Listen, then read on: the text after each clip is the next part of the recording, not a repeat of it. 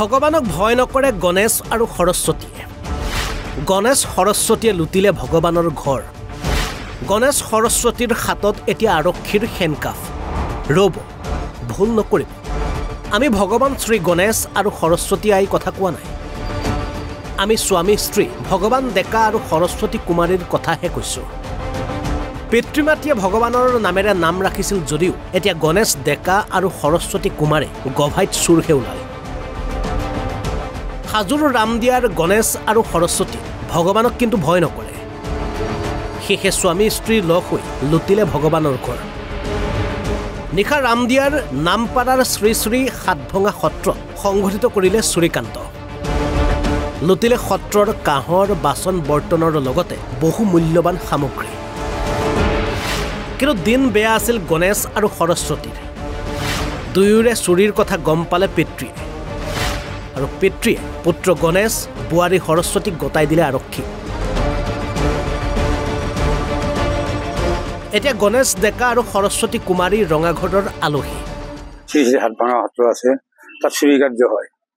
আমি ৰাতি হৈছে নিশা, হয়তো 12টাৰ পিছত বা আগতো হ'ব পাৰে, এইটো আমি সময়টো গম নাপাওঁ, যিহেতু আমি চুৰি কৰা কাৰ্য একো গমেই নাপালোঁ।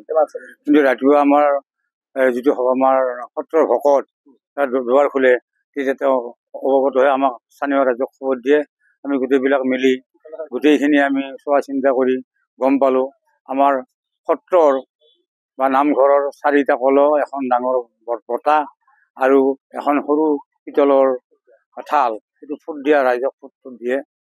পাছত আমাৰ আৰক্ষীক খবৰ দিলোঁ, তেখেতসকলে আইচিৰ লগত গৈ গোটেইখিনি পৰ্যবেক্ষণ কৰিলে, লিখা মেলা কৰিলে। কৰাৰ পিছত অলপ মুহূৰ্ত পাই মহেশ ডেকাৰ পুত্ৰ গণেশ ডেকা আৰু তেওঁৰ সহধৰ্মিনী সৰস্বতী কুমাৰী চোৰকা বুলি গম পাই আমি আৰক্ষী চকী তেখেতসকলৰ লগত আইচিৰ লগত গোটেই ৰাইজে গৈ বস্তুখিনি উদ্ধাৰ হয়, তেখেতসকলে উদ্ধাৰ কৰে। আৰু এই আসামী গণেশ ডেকা আৰু সৰস্বতী কুমাৰীক তেখেতসকলে এৰেষ্ট কৰি লৈ আহে। তেওঁলোকৰ পতিপত্নী আৰু মহেশ ডেকা তেওঁলোকৰ বাপেক, যিটো চুৰি কাৰ্য কৰিছিল তেওঁৰ বাপেক।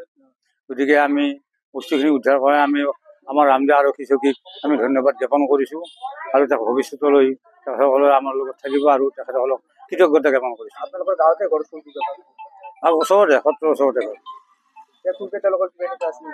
ঠিক তেনেকুৱা আমি নাজানো বা নাছিল। তেওঁলোকৰতো দেউতাসকলৰ বিৰাট মানে সমাজকৰ্মী আছিল, খুব ভাল আছিল। কিন্তু এনেকুৱা হঠাৎ যে, আৰু তেওঁৰ খবৰটো আমি তেওঁলোকৰ দেউতাৰ পৰাই আমি গম পাইছোঁ, যিয়ে চুৰি কৰিছিলে। আৰু আমি এজাহাৰ দেখি কৰি আমি আমাৰ সত্ৰৰ যিজন সম্পাদক তেখেতে মানে এজাহাৰ দিলে, আৰু আমি স্থানীয় দুজনে আমি সাক্ষী ৰূপে চহী কৰিলোঁ। স্বামী স্ত্ৰী গণেশ আৰু সৰস্বতীৰ এই চুৰিকাণ্ডৰ কাহিনীয়ে এতিয়া চকু কপালত তুলিছে সকলোৰে। হাজোৰ পৰা বিকি মেধি, অসম লাইভ 24।